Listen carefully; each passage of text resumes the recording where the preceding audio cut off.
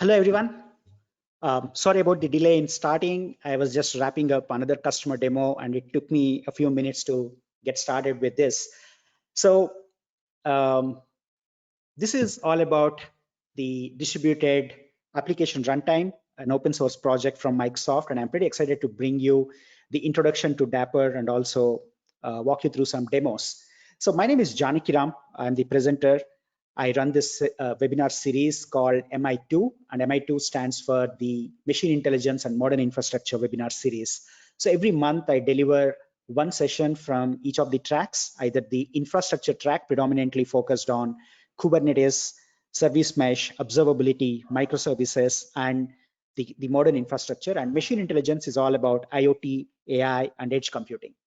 So every webinar typically comes with a set of demos, of course, the recorded video, and a pointer to the tutorial that you can actually try all by yourself. And towards the end of this webinar, I'm going to point you to a couple of articles and tutorials that you can try by yourself. So that is MI2. And before I go any further, let me make sure the AV experience is good. So if you can take a second and respond to this poll, it would help me. Great. All right. Looks like the AV is working well. So that's a good news. So let me get started with the webinar. So the objectives for today's webinar is the challenges involved with microservices and what do developers deal with when they use microservices.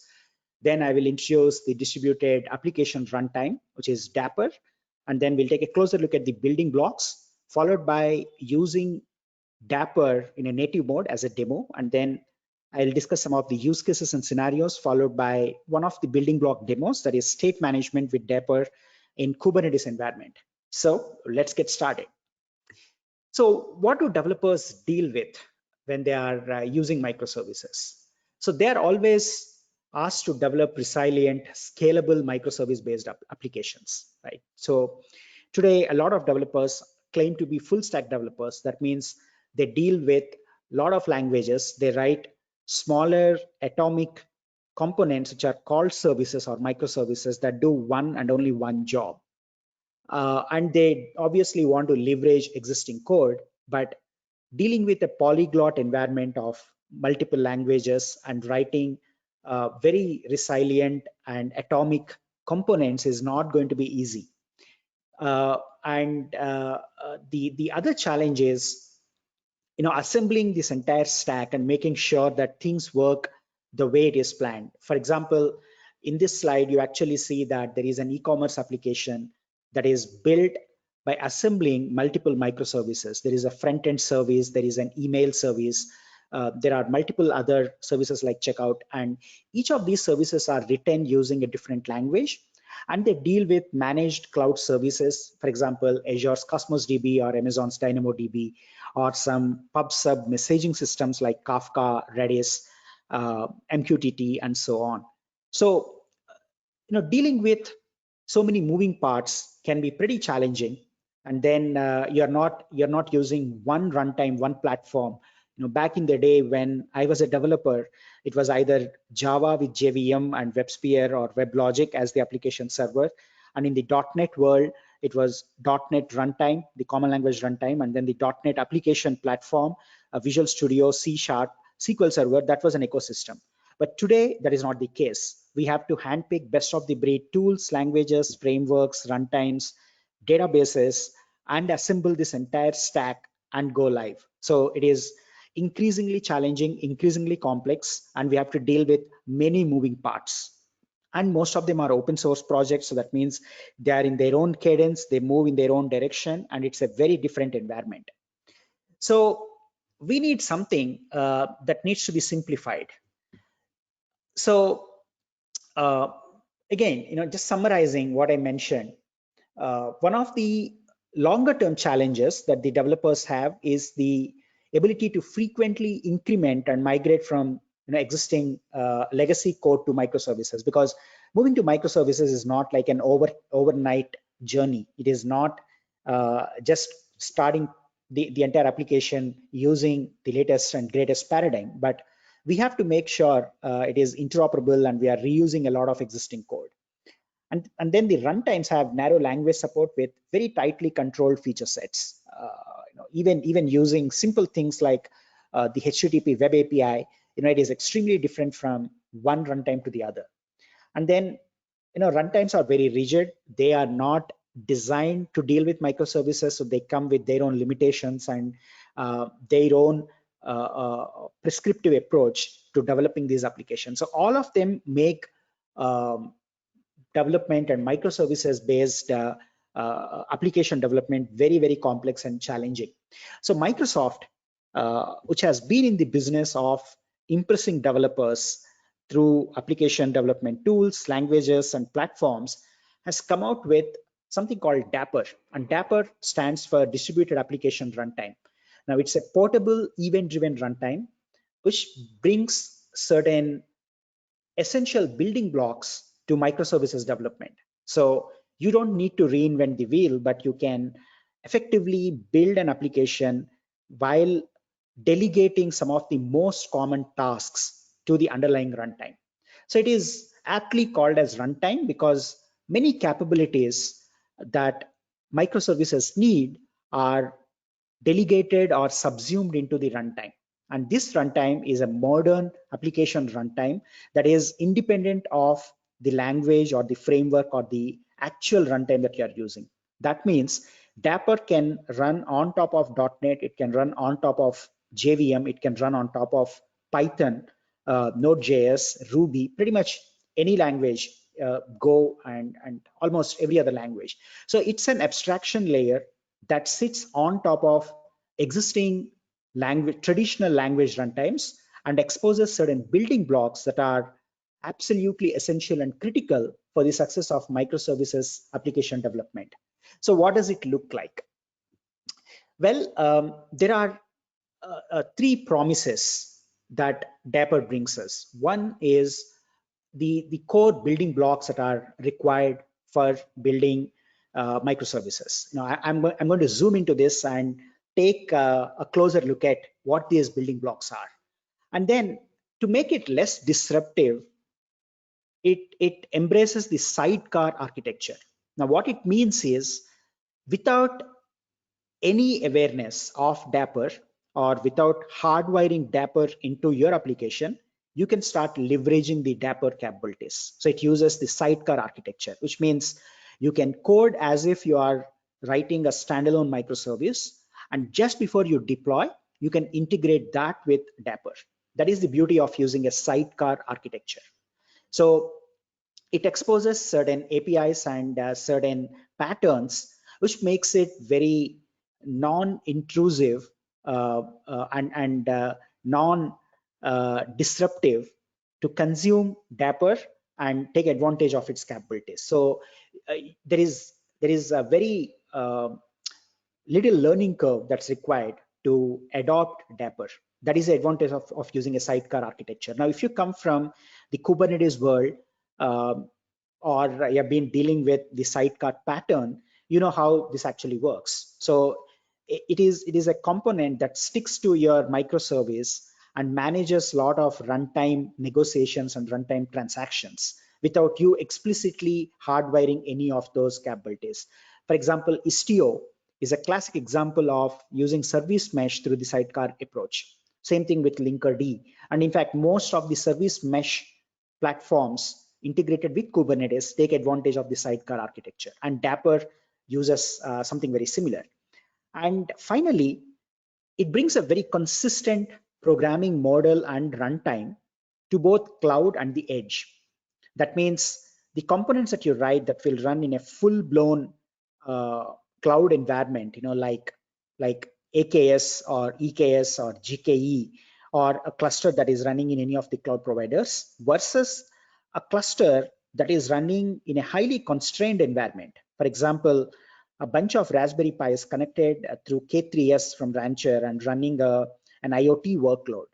Now, irrespective of where you're actually running, as long as you are using containerization and microservices, you can use Dapr. Either it is in a very powerful cloud environment or a highly constrained and highly remote resource constrained environment like edge. So it works seamlessly on any of these environments. So in fact, in one of my upcoming demos and sessions, I'll show you how I run Dapr on ARM64 devices that are based on Raspberry Pi 4, a Jetson Nano, and a Jetson Xavier. So it's an independent cluster that runs an AI and IoT use case, but it is completely powered by Dapr. So that is the advantage of using Dapr, either in the cloud or at the edge. So what are the building blocks that I've been talking about? Well, if you are building a meaningful microservices applications, you have to deal with quite a few elements that are very, very essential. For example, state management. Now, unless you are building something like a Hello World, it's very rare that you're not using a database or a state. Now, even a simple web app will require state to manage the visitor counter, right? It could be an in-memory database like Redis or Memcache or etcd, to all the way a cluster of Cassandra or an Oracle RAC database. It doesn't matter, but state is very important for any meaningful, useful application. And then service invocation and fault handling. So sometimes when you actually make a call, either within the microservices context, for example, you're calling component B from component A, or you're calling something that is outside of the environment, you need to have some kind of basic protection like circuit breaking and retries and so on. And of course, security. So you don't want to implement mutual TLS at the code level, but instead you want the runtime to take care of that. So service invocation, service transport security, and fault handling by introducing retry mechanism, circuit breaking, and so on. Now, which will deliver a better reliability and resilience to your application. So instead of calling an endpoint and failing, imagine the runtime retrying multiple times till it gets a success, and then it continues the call chain. It is going to be tremendously helpful. So that is one of the core building blocks. You need to bring retry and fault resilience and tolerance into your call chain and into your microservices based application. And then resource binding. Now we end up talking to multiple endpoints, right? For example, in microservices, you will actually have different types of databases. You'll have a KV database like etcd or Redis. You'll have a NoSQL database like MongoDB. You'll have an RDBMS like MySQL. And then you have a highly distributed database like Cloud Spanner or Azure Cosmos DB. Now, moving from one database to another, it could be very trivial, from moving the state from one point to another endpoint, but technically you need to do a lot of heavy lifting. So as long as your schema remains the same, you should be able to switch the databases without touching your code. Your code remains the same, but you keep swapping the resource bindings that are responsible for talking to the external resources like databases. Think of something like ODBC and JDBC. Now, as long as you have an ODBC and JDBC driver, your code can talk to the underlying database. And as long as your code is using ANSI SQL, you can technically swap in and swap out the databases. But that is only for databases. But today, microservices applications deal with a lot of other resources, like IoT endpoints, device management, queue management, databases, and notifications, like the way you send alerts. So all of them are external resources that you talk to.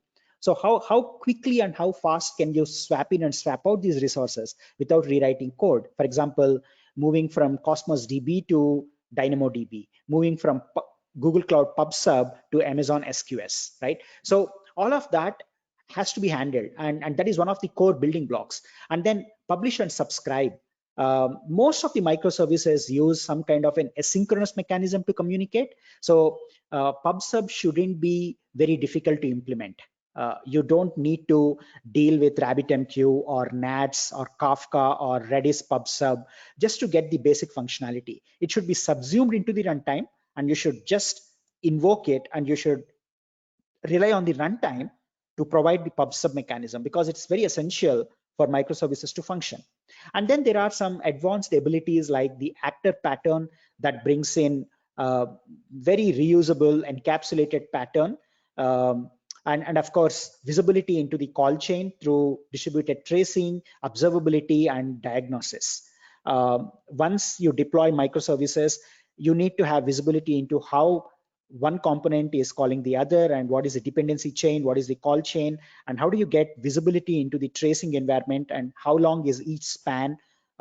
You need to gain visibility into this. So for that, a lot of developers and a lot of DevOps and SREs rely on things like OpenTelemetry, Zipkin, Jaeger, and of course Prometheus for metrics and so on. But all of that should be brought right into the runtime. So those are the essential building blocks and a checklist for embracing microservices. So you need to have all these things in place before you can write a robust application based on the microservices pattern. So what is Dapr? Well, Dapr is a layer that sits on top of your cloud infrastructure or edge infrastructure and your language platform, the language platform like .NET Common Language Runtime or JVM or Python VM, and then exposes these building blocks as very easily consumable components. So you don't even need to know a lot about how these building blocks are exposed and function, but you will just consume them through the sidecar. So, Dapr is a double-sided sticker that sits between your cloud infrastructure or edge infrastructure and the platform layer and the application. So this double-sided sticker exposes certain endpoints and APIs which are very well known to your application written in any of the popular languages. In fact, any language that can talk to a HTTP or a gRPC endpoint can take advantage of Dapr. That is one side of the Dapr sticker. The other side of the Dapr sticker sticks to the Kubernetes or Docker environment. And that's the reason why you can peel off the sticker and pretty much stick to any other Kubernetes cluster and quickly run your applications. So it acts as a nice abstraction layer, providing various runtime capabilities by exposing these core building blocks that are almost like a checklist for going live with microservices. So how does the sidecar approach actually work? Well, think of it this way. Now, you have two components, right? So one component is exposing an API and the other component is consuming the API. Now, with sidecar, what happens is the component, the microservice that is exposing the API, will publish that endpoint to Dapr sidecar. And then Dapr becomes the abstraction layer, which knows how to forward the messages and how to negotiate and how to deal with the actual endpoint exposed by the component, the API provider. Then we have the API consumer. Now the API consumer doesn't really know where and which component is actually exposing this endpoint. It again makes a call to the Dapr sidecar, and the sidecar will precisely know how to forward and where to find its way to actually invoke the API. So there is a bit of decoupling that takes place between the API consumer and the API provider by introducing two sidecars, one sidecar into the API provider and the other sidecar into the API consumer. So everything goes through the underlying Dapr runtime so that they are completely decoupled and there is no hardwiring required. For example, any API that is exposed in your microservices environment can be accessible, can be accessed at this URL. It's almost like a standard one. So localhost 3500 v1 invoke, you give the app moniker followed by the method and followed by some parameter. So this is how you basically invoke any API exposed within the Dapr environment.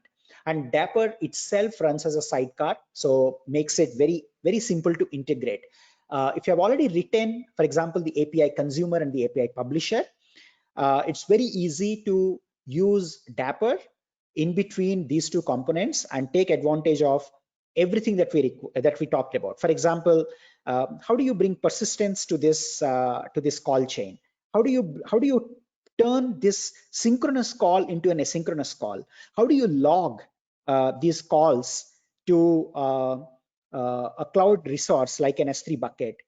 how do you basically create some kind of a tracing context to understand the call chain and measure the span between component 1 or service 1 and service 2. So the moment you introduce the Dapper sidecar, you actually get all these advantages without ever modifying your code. That is the beauty of Dapper. So Dapper can run in two modes. One is called the self-hosted mode, where Dapper is running on your Windows, Mac, or Linux. And of course, the only prerequisite for this is you need to have Docker pre-installed.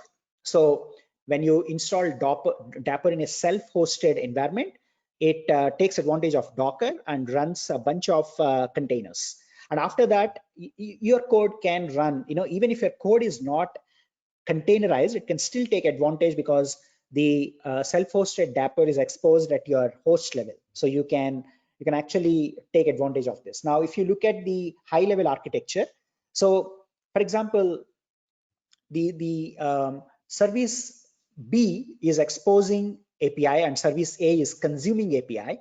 So when service A wants to invoke service B, it makes a call to the Dapper endpoint, and Dapper will go through the pipeline and ultimately talks to its counterpart, which is the sidecar running in service B. And then it knows that there is an invocation. It directly invokes and marshals the output from this service all the way to this Dapper sidecar, and then it reaches the service consumer. It looks like there is an overhead, but it is so lightweight and it is so fast that it is negligible.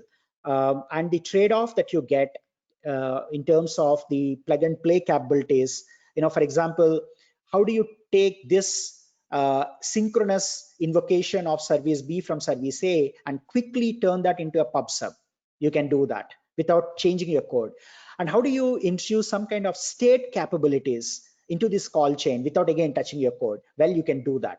So the advantages that you get with this approach versus the little bit of latency or little bit of overhead that you may get by redirecting your calls by the Dapper sidecar is completely justified, because there are a lot of advantages with this. So this is how you run Dapper in self-hosted. I'm going to show you a demo of all the way from installing Dapper and running Hello World in Dapper, all in native mode. So let me switch to the console, the terminal. So let me increase the font size to make it look better. So I have the first demo in this directory. So currently I don't have Dapper running on my machine. So first thing that I'm going to do is to install Dapper. So how do I go about doing that? Well, it's pretty straightforward. All you need to do is on a Mac, you can actually run brew install, and Dapper becomes available. To save time, I have gone ahead and run this very first command.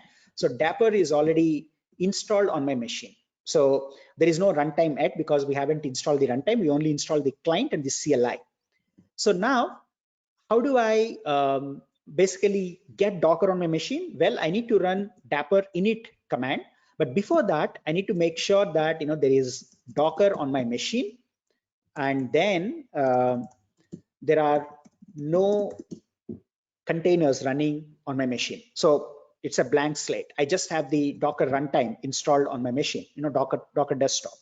So now I'm going to run this command, which is Dapper init. So Dapper init will basically pull a bunch of Docker images and immediately brings them up as running containers. So depending on the network speed, it will just take a minute or two, and the output of this is Dapper running on your machine natively. And what this translates to is 3 containers that are running on your machine. So hopefully my network speed is fast and Docker registry is not experiencing. Okay, it is done.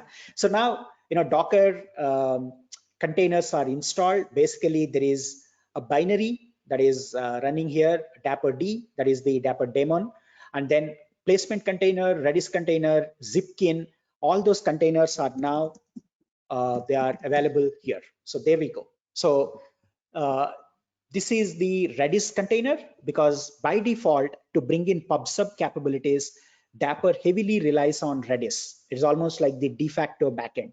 And then it uses Zipkin, which is a tool for tracing and performing distributed tracing. And then the placement is responsible for routing the request from one service to the other. So all of them are exposed on certain ports. For example, the placement service is running on this port, and Zipkin is running on the standard port. Redis is also running on the standard port. So now we have Dapper up and running. So if we run Dapper version at this point, it clearly shows that there is a CLI which is of this version and runtime of this version. Perfect. So now we have Dapper up and running.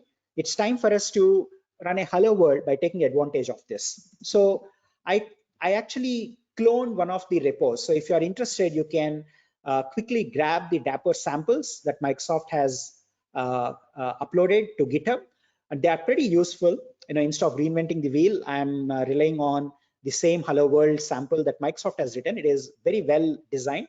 So you can actually open this in the browser and take a look at it. It has pretty good set of samples and also a great explanation. For example, here, the hello world example.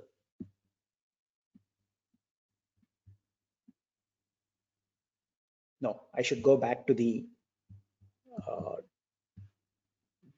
Dapper. I'm looking for the quick start. Yeah, quick start. This is the repo. So, so this is where you get the hello world sample, and this is pretty cool. So, I'm actually going to show you the same, so you can always go back and take a look at how this works. So what we're going to do is we're going to deploy two simple microservices. One microservice written in Node, the other microservice written in Python. Node is exposing the API, and Python is going to consume the API. And we'll actually see how we can use Dapper to bring in the connectivity between these two microservices. So here we are. So let me first show you the first component, first microservice, and this is app.js. And if you actually see, this is a very simple Node.js Express microservice, and there is nowhere a mention of Dapper. Absolutely nowhere. So this piece of code is actually not aware of Dapper.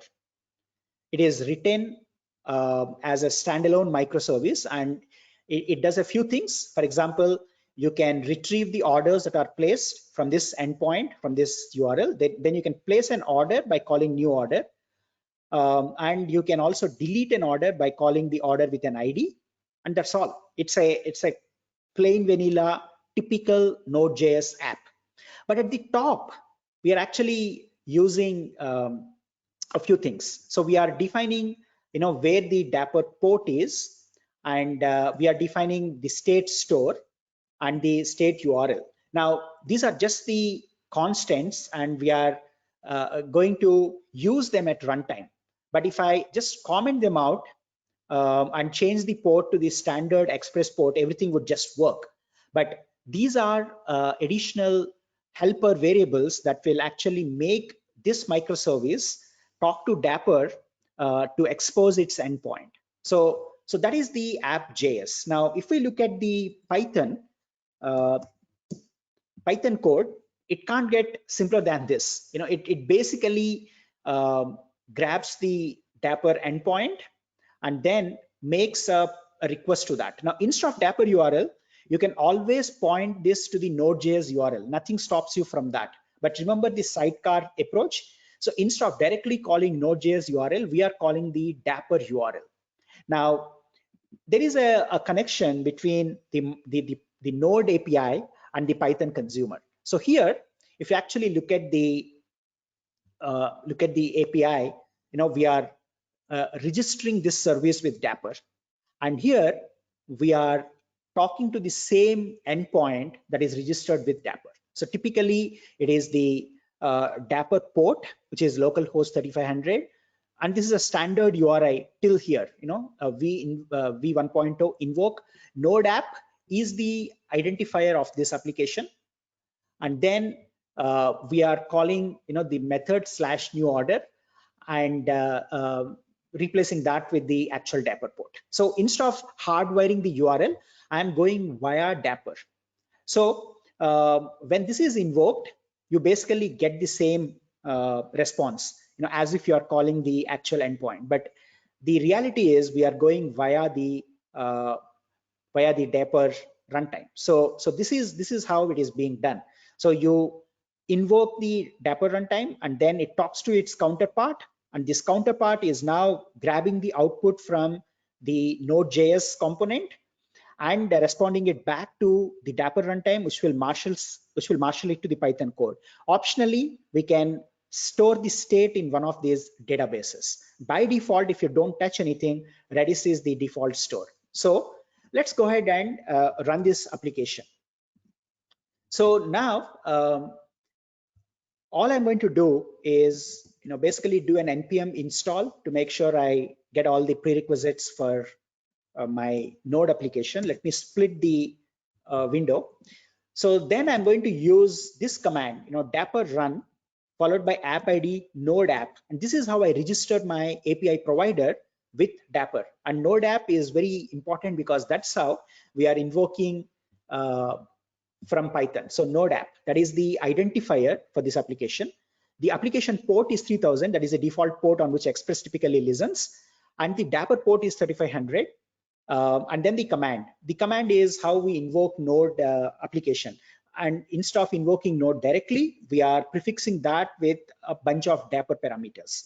That's it. So now let's go ahead and launch this. So now the Node.js application is wrapped inside Dapper, and it is listening on port 3500.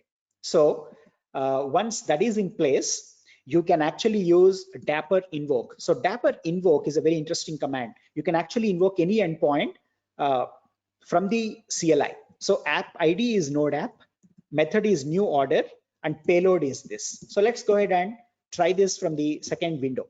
So now it got a new order number 100, and it is persisted into Redis, successfully persisted state. So two things are happening. One, we are getting the response, and at the same time, the newly generated order is being pushed to the state store. And at this point, the code doesn't know which state store it is talking to. It is Dapper, which is currently using Redis. And that's the reason why it has launched the Redis container, which is now holding the state. All right. So now we can actually use curl. So, I basically encapsulate my request in a JSON file and then use that to invoke the endpoint, and pay attention to this endpoint. So we are doing a post, and instead of calling the node app directly, we are hitting the endpoint exposed by Dapper. So now order ID 42 is inserted, and it is also persisted. Perfect. So then we can actually retrieve, by using the curl get command. So the most recent order was 42, as we can see here, and that's what we can retrieve when we do get order. And get order is a simple get method exposed by node. Pretty straightforward. All right. So now let's actually run our Python consumer. So now I do a pip install to make sure the dependencies are met. And then I'm going to use, again, Dapper run, app ID is Python app, followed by the actual command to invoke our Python code. So now this is going to generate a bunch of requests, and with every request there is an incremented counter. So you see that Python is constantly running, and it is running in a loop to basically place an order, and we can see the incremented order. So so this is a hello world of Dapper. One API consumer, one API provider, and the entire call chain is being managed by Dapper, which is also bringing in persistence. Now more on persistence in my next demo, where we'll actually swap in and swap out. Instead of Redis, I'm going to use another KVDB, which is etcd. etcd. So so that actually explains us how we are running Dapper in native mode. So native as in on the host, and then how we actually introduce Dapper as the layer in between two microservices as a sidecar. So that was my very first demo. So let's get back to the slides, and I'll talk to you about the building blocks and how to run Dapper in Kubernetes. All right. So apart from running Dapper natively, like the way we have done in the previous attempt, we can also run this in Kubernetes. So again, with Kubernetes, we have the advantage of multiple containers inside a pod. So obviously, Dapper sits inside every pod and takes care of the runtime orchestration and negotiation. So when you actually launch Dapper inside Kubernetes, it comes with an operator which is responsible for the life cycle of the sidecar. It comes with a sidecar injector, which is responsible for actually adding a new sidecar to every pod that belongs to a specific namespace. And then the placement, which is responsible for ensuring that Dapper is the preferred communication path, for all the communication happening across these pods. So this is how you deploy and inject pods, inject containers of the sidecar container into almost every pod. And then all the promises of Dapper continue to be available. For example, input-output bindings. What happens if you drop a message to SQS, but make a cloud function in Google run, right? You can absolutely do that. And how do you choose one of the popular state stores, right? For example, do you want to use DynamoDB initially, but then switch to Cosmos? You can do all of that. And then publish, subscribe, start with Redis, but very quickly move to RabbitMQ, move to Cloud PubSub, move to Kafka, any PubSub of your choice. So you get all those capabilities. State management is very interesting. Now, state management is not really dealing with a full-blown database.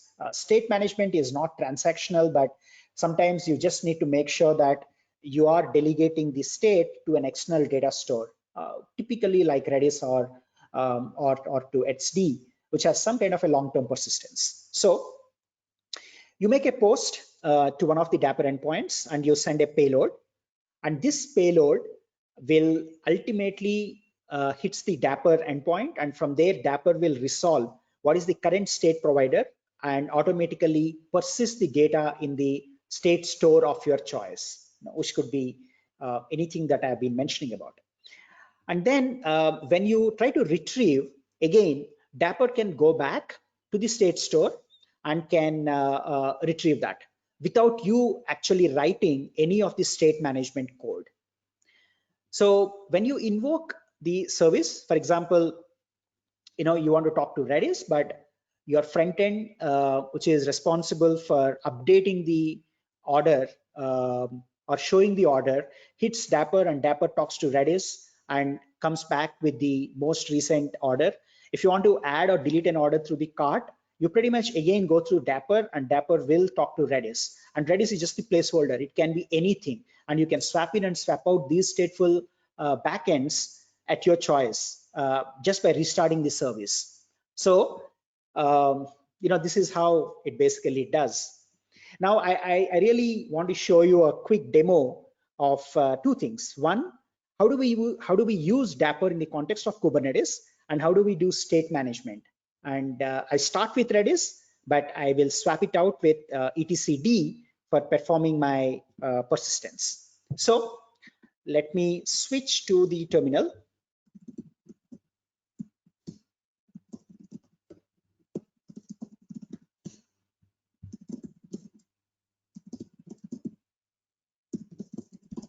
All right, so let me open.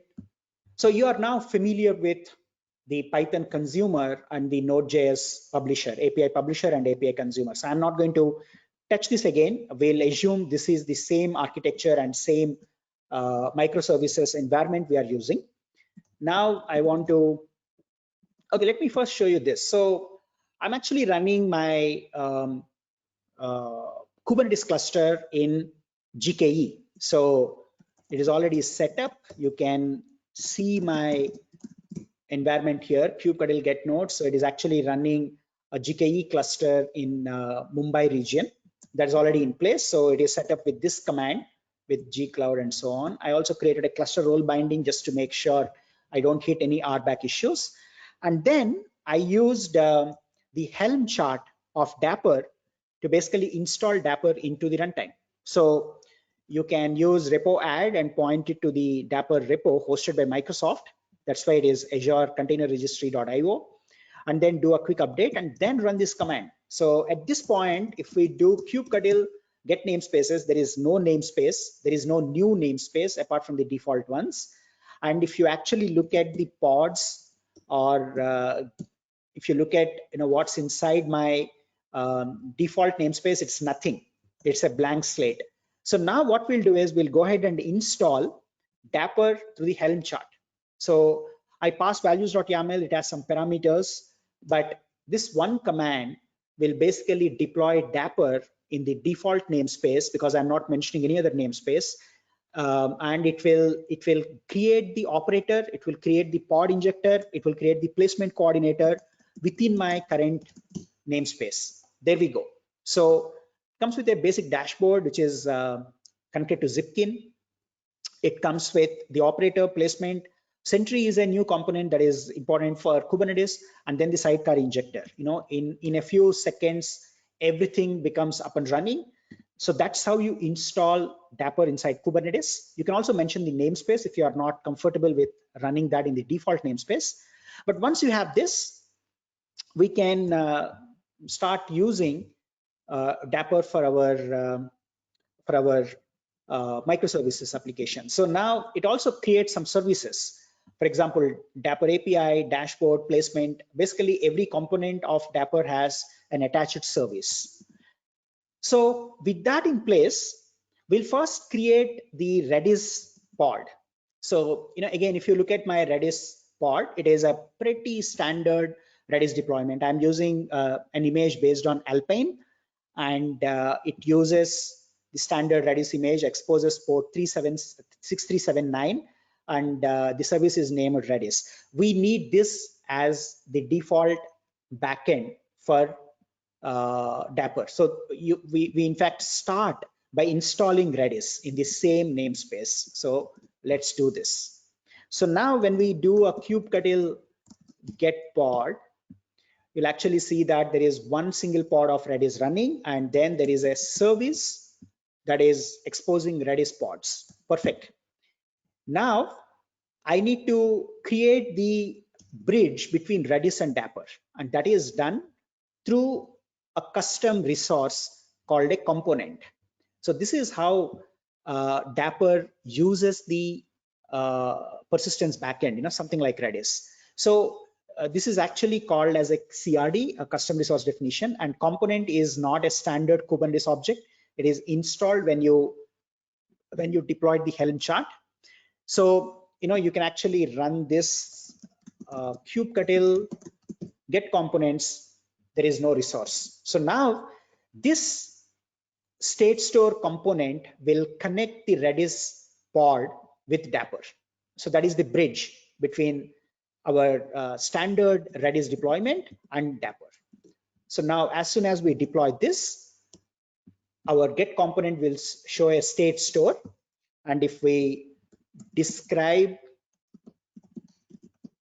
state store, it basically points to Redis. Cool. So now we have Dapr in place and we have the persistent backend in place. Now I'm going to deploy Node, the Node app. And if you look at the node.yaml, again, it is making use of the same code, but packaged as a container. And I am again not reinventing the wheel. This is not my custom demo. This is borrowed from Microsoft. So this is a simple pod, a deployment, which is using the Dapr.io sample hello Kubernetes node container image. And then it exposes the port 3000 as port 80 through a load balancer. So this is basically the API publisher. This pod and the service combination will basically get us the API provider into our environment.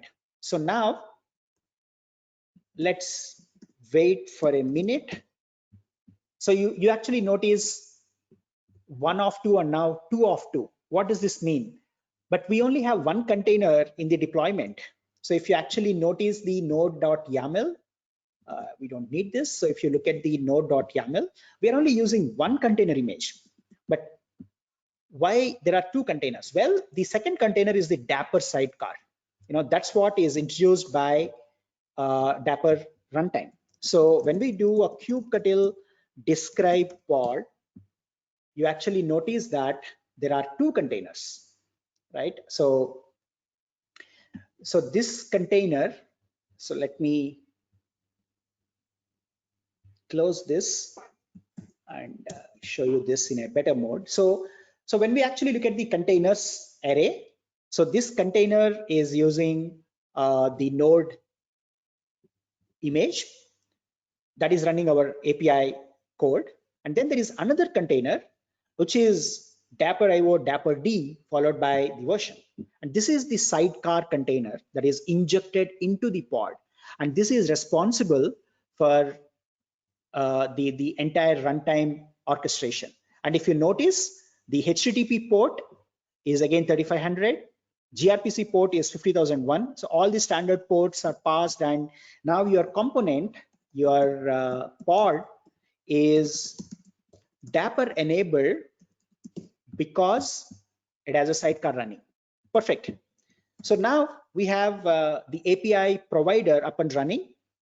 Next thing, we need to launch our Python code, right? Again, if you look at the python.yaml spec, it's pretty straightforward.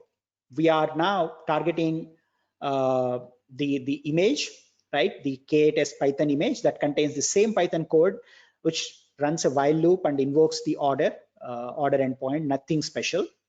But we also introduce some annotations, and these annotations are very useful to basically make sure that we are forcing the Dapr sidecar to be injected, and we are also associating this pod with an ID called Python app.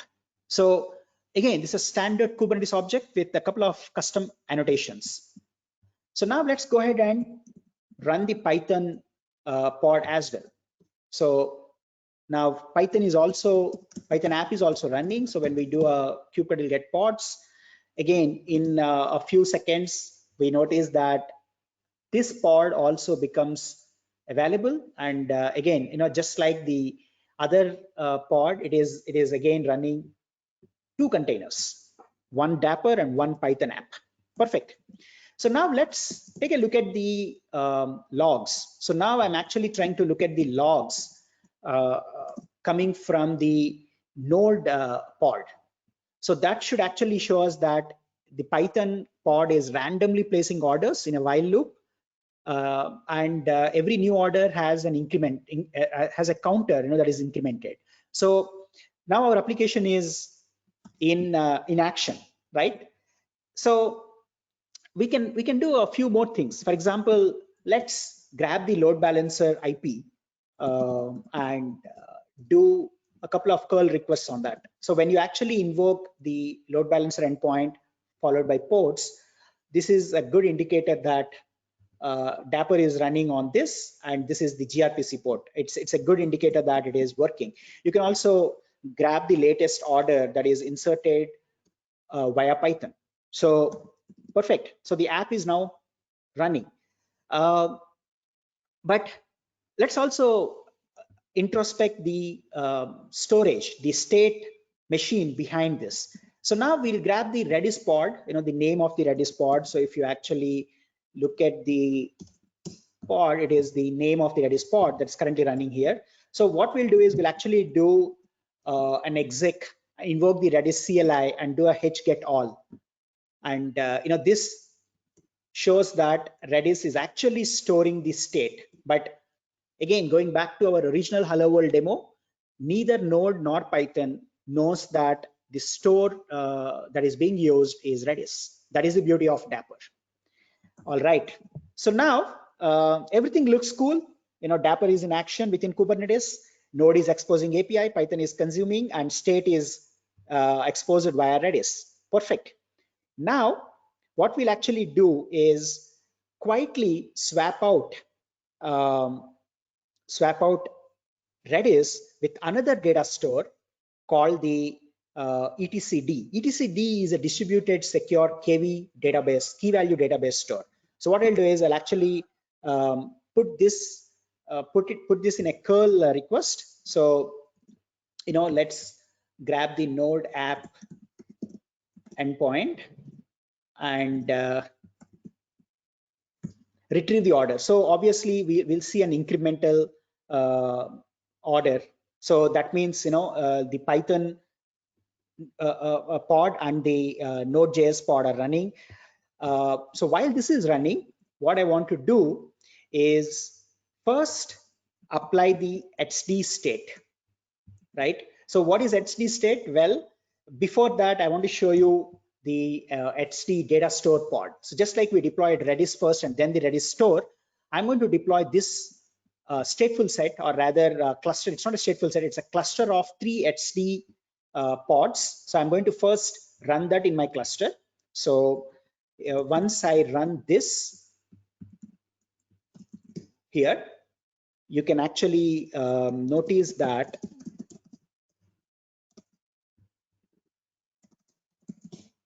okay, so there are 3 HD pods running in a HA mode. So there are 3 etcd pods.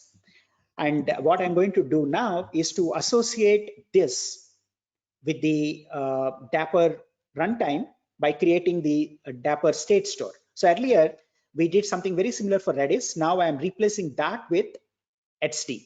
So before I actually do this, I'm going to delete the Redis state. So basically I'm delinking Redis from my current Dapper runtime. So when I delete this, in a few seconds, our pod will throw an error, but to actually force the entire refresh, what I'm going to do is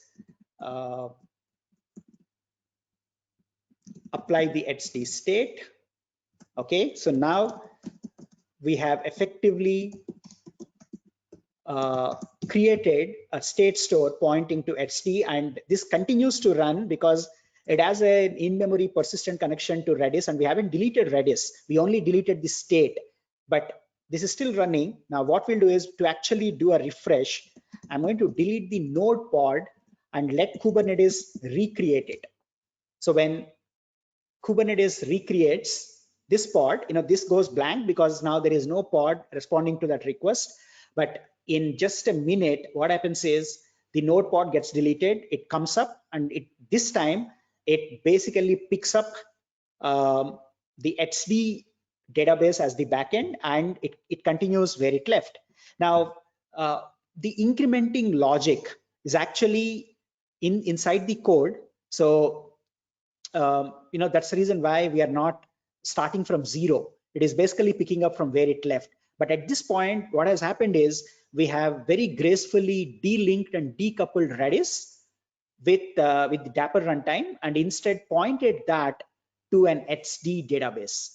So I don't have enough time, but otherwise I would have logged on to the HD pod and used HDCutl to show you that the data is indeed getting persisted into the HD database. So that is the beauty of Dapper, where you can link and delink resources at runtime, and just by refreshing your application once, you are talking to a new data store. There is a little bit of downtime. It is not magical.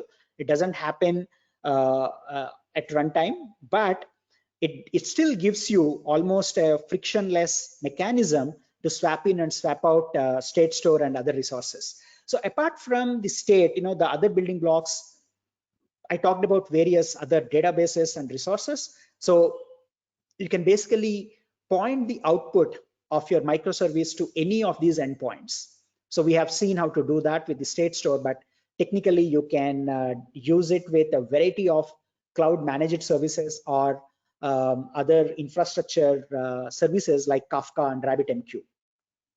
This is output. Basically your microservice, when it gets a request, it can store the output in any of this. You can also create an input binding. So the input can come from any of these resources and can flow into your microservice.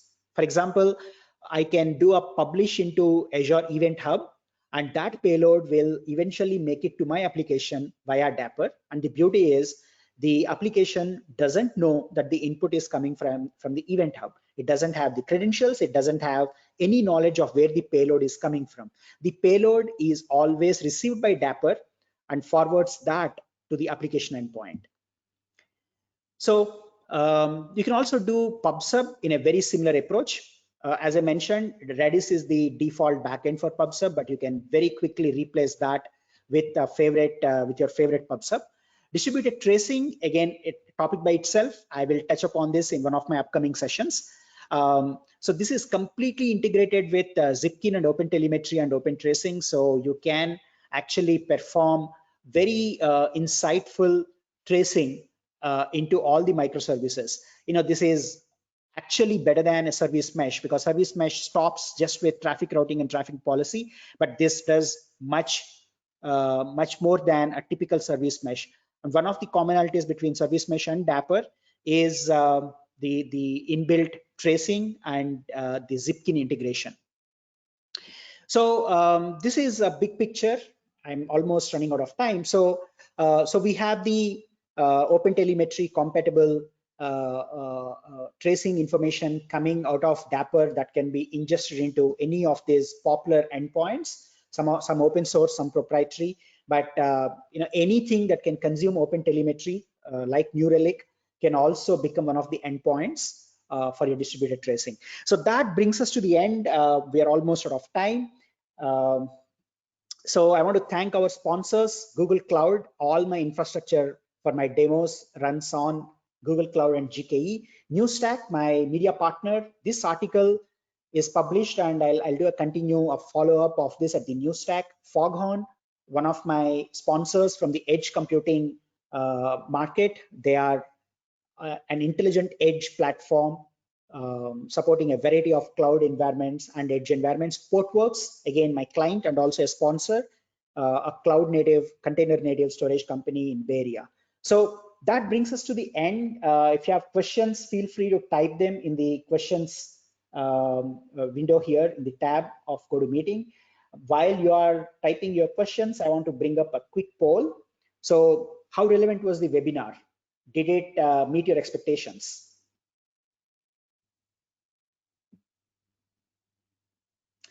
Excellent.